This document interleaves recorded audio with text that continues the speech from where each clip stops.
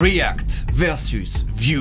Le verdict sur lequel on m'a le plus demandé de donner mon avis. Alors après avoir travaillé professionnellement avec React pendant 2 ans et Vue pendant 2-3 ans, je me suis fait ma petite idée sur la question et je pense enfin pouvoir vous donner aujourd'hui mon verdict personnel. Mon objectif, ça va pas être de vous dire lequel de ces frameworks est le meilleur dans l'absolu avec des arguments rigoureusement scientifiques et tout, mais plutôt de partager mon expérience personnelle et de vous aider à comprendre les forces et les faiblesses de chacun, selon moi, encore une fois. Et vu qu'il y a pas mal de choses à dire, ne perdons pas une minute.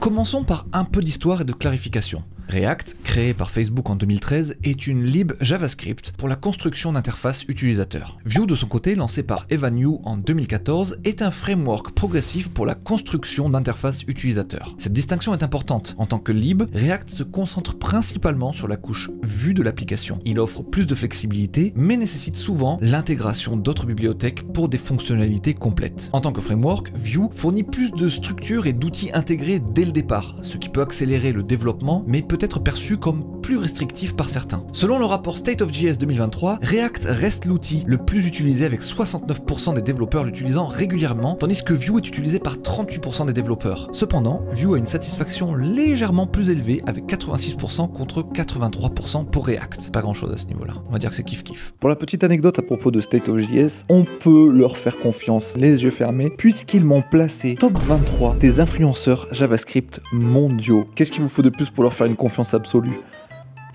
Moi je sais pas. Vous me voyez là? Le top 23 influenceurs JavaScript? Maintenant je veux que vous m'appeliez comme ça. Monsieur top 23 influenceurs JavaScript monde. J'accepterai que ce blaze. Bref, on retourne à la vidéo, là c'est débile. Non mais à part cette histoire d'influenceurs, State of JS c'est vraiment très cool comme étude, donc je vous la mets dans la description si vous voulez aller checker ça par vous-même. Les philosophies de conception de ces deux frameworks diffèrent. React se concentre sur la flexibilité et la liberté du développeur, tandis que Vue met l'accent sur la simplicité et l'intuitivité.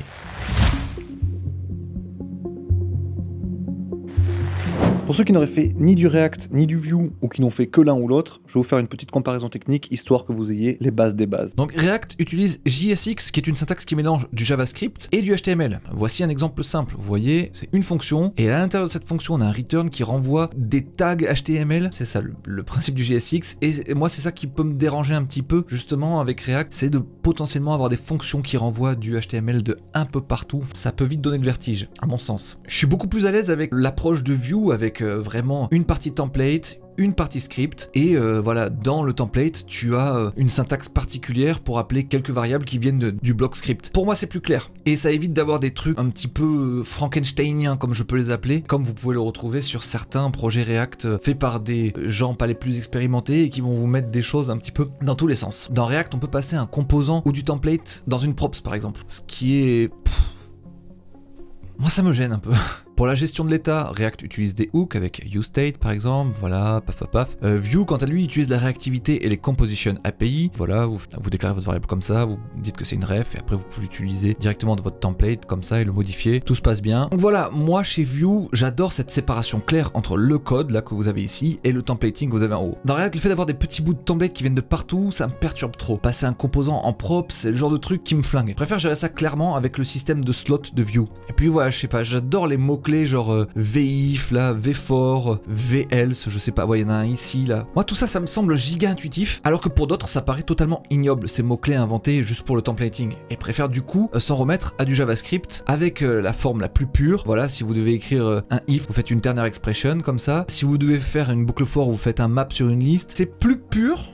Je dirais, c'est une forme plus puriste de JavaScriptien, mais un peu moins intuitif. Et c'est vraiment deux écoles qui s'affrontent ici, et moi je me sens beaucoup mieux avec les petits mots-clés de Vue, là son petit système tout mignon de slot, et sa séparation entre les scripts et les templates. Et à côté, il y a React qui me semble un peu plus libre, mais qui me terrifie pour cette même raison. Parlons maintenant un petit peu des performances.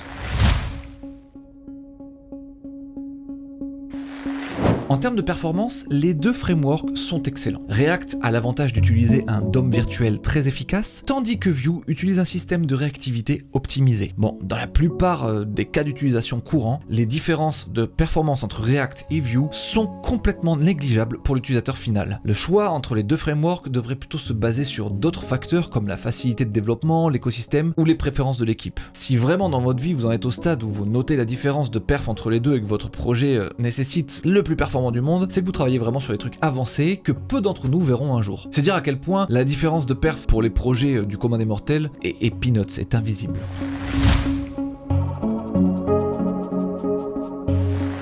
Niveau expérience de dev, DX comme on l'appelle, qu'est-ce que ça donne? Une des grandes différences que j'ai notées entre React et Vue, c'est l'approche du développement. React offre une grande flexibilité, oui, ce qui peut être un atout pour certains développeurs, oui aussi. Cependant, cette flexibilité peut aussi être source de complexité. C'est-à-dire que 10 développeurs React pourraient coder 10 choses différentes pour la même fonctionnalité. Ça peut donner le vertige sur certaines codebases avec beaucoup d'intervenants. Avoir toujours des nouvelles façons de faire les choses comme ça, c'est un peu chiant. Vue en revanche a une approche beaucoup plus opiniâtre, et ça c'est mon dada. Et pourquoi? Parce que je fais partie de ces développeurs qui préfèrent se concentrer sur le produit et les fonctionnalités plutôt que de passer des heures à débattre de la meilleure façon de structurer une application et de savoir exactement ce qu'il y a sous le capot, etc. Ça m'intéresse peu. Moi, je veux des outils efficaces pour construire des applications, point. Ça ne m'intéresse pas de faire ce travail de recherche et je m'en remets à l'expérience des devs ultra intelligents qui ont créé et pensé pour nous ces frameworks. Ouais, je leur fais confiance haut la main et j'ai vraiment pas la prétention de me dire que je peux faire un truc mieux qu'eux. Et je dis pas que si vous avez cette prétention-là, vous êtes prétentieux. Juste que vous avez confiance en votre skill et que vous avez une bonne idée de là où vous voulez aller, etc. Ce qui n'est pas vraiment mon cas, on va dire. Voilà. J'espère que c'est clair. Je ne vous traite pas de prétentieux, ceux qui préfèrent ça, s'il vous plaît. Ne vous méprenez pas. Avec Vue, il y a souvent une façon recommandée de faire les choses. Cette approche peut sembler restrictive pour certains, mais pour moi, c'est complètement libérateur. Aussi libérateur que Tailwind, qui vous enlève l'horrible tâche de trouver des noms de classes pertinentes. Combien de fois j'ai perdu une minute ou deux à me dire comment je vais l'appeler cette classe là comme ça. Et Tailwind, ils arrivent, ils disent non, vous arrêtez de vous poser cette question, vous utilisez nos classes utilitaires, et il n'y a plus à se poser tout ce genre de trucs. Boum, vous vous enlevez de la charge mentale et vous vous concentrez sur construire, fabriquer de la feature. Merci Tailwind, merci Vue, et merci tous les gens qui nous simplifient la vie et le cerveau au quotidien. Je vous aime. Niveau développeur expérience, React c'est tellement pas naturel pour moi que même après l'avoir utilisé quotidiennement pendant 2 ans, quand je suis revenu récemment là après une pause d'1 an, j'étais tout rouillé. C'était vraiment une tannée que de me remettre dans cette façon réactienne de coder. Et surtout, c'était pas le meilleur moment de le faire sur des tests techniques de Google. J'ai un petit peu merdé de le faire à ce moment-là. Mais bref, j'en ai chié. Je préfère de loin la DX de Vue. Maintenant qu'on a parlé de DX, donc développeur expérience, parlons un peu d'écosystème et des outils qui gravitent autour de ces deux techs. Parce que c'est vrai que la DX c'est quelque chose, mais si c'est confortable de coder chez l'un, mais que tous les outils sont chez l'autre, à un moment donné, vous êtes obligé d'aller chez l'autre. La DX ne fait pas tout. React et Vue bénéficient tous deux d'écosystèmes robustes. React a Next.js pour le rendu côté serveur, tandis que Vue a Nuxt.js. Les deux ont leur subtilité, avec encore une fois Nuxt plus opiniâtre et encadré que Next, mais l'un dans l'autre, les deux sont excellents et vous mèneront à bon port. Alors personnellement, j'ai une petite préférence pour Nuxt.js, qui est développé par des Français, qui plus est depuis Bordeaux, ma ville natale, donc avec le chauvinisme, mais même sans le chauvinisme, mon cœur balance vers Nuxt. Et pourquoi même sans le chauvinisme, mon cœur balance vers Nuxt? Eh bien je trouve leur documentation exceptionnelle, et j'adore le fait qu'ils construisent un écosystème complet autour de leur framework avec que des modules plus ou moins officiels maintenus par la core team de Nuxt, et ça c'est chambé. Ils ont des outils trop bien que j'utilise moi-même dans mon propre SaaS Meet Sponsor, comme Nuxt UI Pro là, ainsi que Nuxt Studio que j'ai branché hier, et j'en revenais pas tellement c'est trop stylé, je savais pas que ça existait, mais c'est en fait un truc qui vous permet d'éditer des articles de blog au format Markdown, mais avec une interface trop propre qu'ils ont créée eux-mêmes, et qui se synchronise automatiquement à votre repository, et une fois en fait que vous êtes content de votre article, vous faites vos previews en live sur votre site. Je sais pas comment ils ont géré cette magie là, mais ils l'ont fait. Alors vous éditez votre truc, vous voyez les modifs en live, et une fois que vous êtes ok, et ben vous pushez ça sur votre repo, et après le déploiement se refait automatiquement, soit avec votre CI, soit avec leurs outils à eux. Bref, c'est trop bien. Gros big up à la team Nuxt, ce sont des gens vraiment très très chouettes. Mais maintenant on va parler d'un sujet qui fâche, parce que depuis tout à l'heure je brosse Vue et Nuxt dans le sens du poil, mais il y a bien un domaine dans lequel React me plaît beaucoup plus, c'est le typage.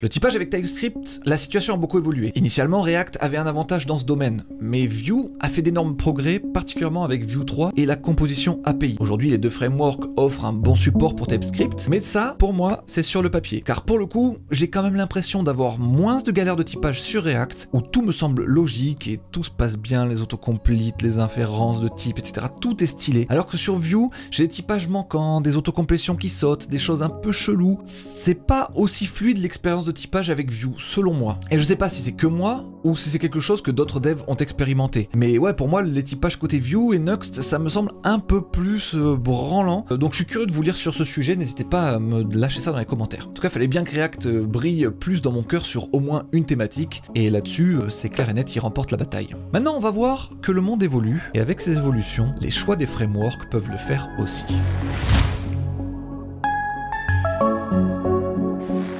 Là, c'est mon point de vue, et ça va peut-être vous paraître éclaté, mais pour moi, un point crucial à considérer aujourd'hui, c'est la compatibilité de sa stack avec les outils d'IA et les LLM comme ChatGPT, Claude ou peu importe. Avec l'essor de ces technologies dans le développement, les copilotes et les IDE comme Cursor, avoir un framework opiniâtre et des modules officiels comme Vue présente un avantage non négligeable. Quand vous demandez à une IA de vous aider avec du code Vue, il y a de fortes chances qu'elle vous propose LA méthode standard recommandée par le framework. C'est beaucoup plus fiable que d'avoir à choisir parmi une multitude d'approches possibles, comme c'est souvent le cas avec React. Plein de librairies, un énorme écosystème de développeurs avec des librairies qui se greffent à React dans tous les sens, etc. Ça peut créer une sorte de sac de nœuds un peu chelou dans lequel le LLM peut avoir du mal à piocher. Je pense donc qu'ici, l'opiniâtreté de Vue le sert plus que ne le dessert. Et c'est un drôle de concours de circonstances que nul n'aurait pu prévoir, mais force est de constater qu'aujourd'hui, on code tous avec un LLM ouvert sur le côté, donc je me disais que ça pouvait peser dans la balance. Et après, je sors pas cette idée d'une nulle part non plus, mais d'une expérience perso. C'est l'expérience que j'avais eue quand j'étais passé d'un projet back-end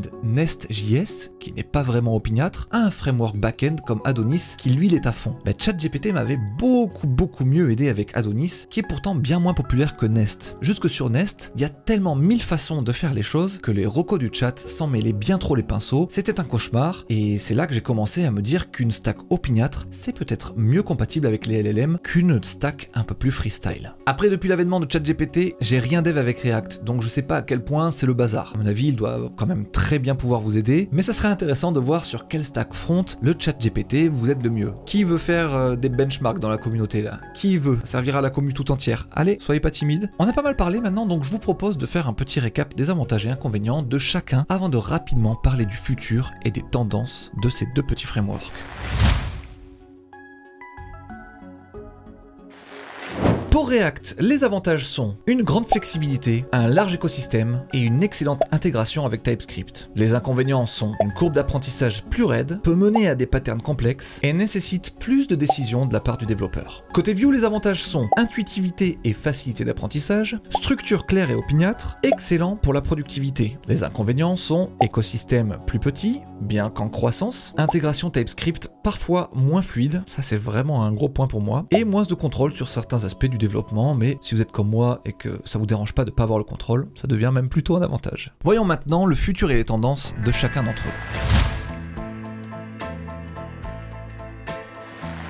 React continue d'évoluer avec l'introduction des server components qui promettent d'améliorer les performances et la gestion de l'état côté serveur. Bon, on avait vu que c'était déjà très performant, donc je sais pas pourquoi ils vont encore diguer un peu plus de performance, mais soit. Vue de son côté a fait un grand pas en avant avec Vue 3, introduisant la composition API qui offre une meilleure réutilisabilité du code et une meilleure gestion de la logique. Ça c'est vrai, j'ai bien apprécié. Les deux frameworks semblent bien positionnés pour rester des acteurs majeurs dans le développement web dans les années à venir. Donc apprenez l'un ou l'autre, vous ne serez pas laissé pour compte et vous aurez du taf pour sûr. Et apprenez les deux au pire, comme ça vous pouvez répondre à absolument toutes les missions et c'est le kiff. En fin de compte, le choix entre la LibReact et le framework Vue dépend largement de vos préférences personnelles, de votre style de développement et des besoins de votre projet. Personnellement, vous l'avez compris et je ne l'ai pas caché tout au long de cette vidéo, j'ai une préférence pour Vue. Cependant, je reconnais que React a ses forces, notamment en termes de flexibilité et de puissance. Pour les grands projets complexes, on l'utilisait avec Covery, c'était archi puissant, on pouvait tout faire, c'était très bien. Et en vrai, c'était super fun de coder avec React. Maintenant, mon conseil, bah voilà, essayez les deux. Chaque outil a ses forces, ses particularités et l'expérience personnelle, bah, c'est le meilleur moyen de déterminer lequel vous convient le mieux. Je peux pas choisir pour vous les amis. Voilà, je serais hyper curieux de vous lire dans les commentaires, donc n'hésitez pas à me donner votre propre retour d'expérience. Ça se trouve, vous aurez un tout autre son de cloche que moi et ça aidera peut-être d'autres à faire leur choix. Donc n'hésitez pas à écrire tout ça dans ce genre de vidéo. Il y a toujours beaucoup de gens qui lisent les commentaires. C'est une mine d'or. C'est beaucoup plus utile et bienvenue sur ce genre de vidéo que vous pouvez le penser. Ajoutez votre pierre à l'édifice. C'était Benjamin Code. Ciao!